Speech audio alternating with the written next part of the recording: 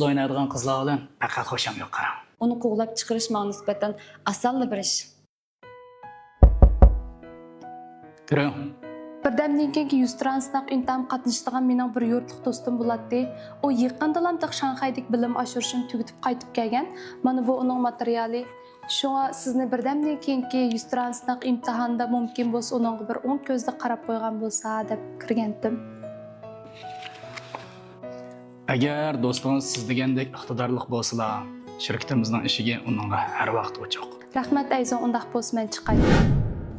Ayzon yaxshimisiz? Sizning yordamchingiz yilqi tavsiya etgan qizlarni men shu. Tarjimonligingizni ko'rib chiqdim. Oliy ma'lumotli ekansiz. Buning ustiga taqdirqingizmi joyida ekan. Rahmat.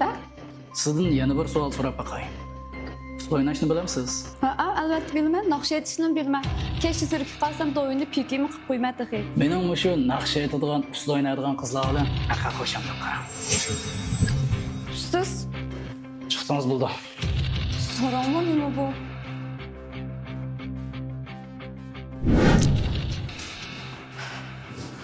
Adash qanday qilib? Voy, o'tab biran so'raymi nimasini boshqa?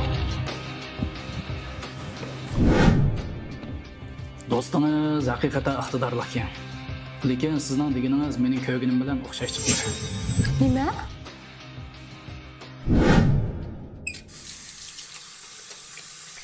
Shundigina yilqi bir yurtib do'stim.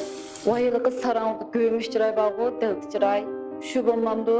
Qaysi bir oqmas diplomlar bilan bu cho'ng shirkatga kirib ko'tarilib ketgan degina.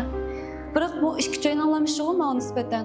Men bu shirkatga kirgandan keyin uni quvlab chiqarish ma'no nisbatan osonli bir ish.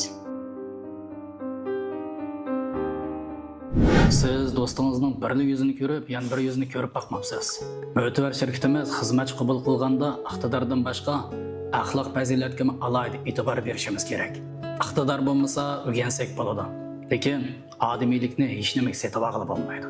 Do'stingiz sizning ziyod ko'ngil bo'lishingizga arzimaydi ekan.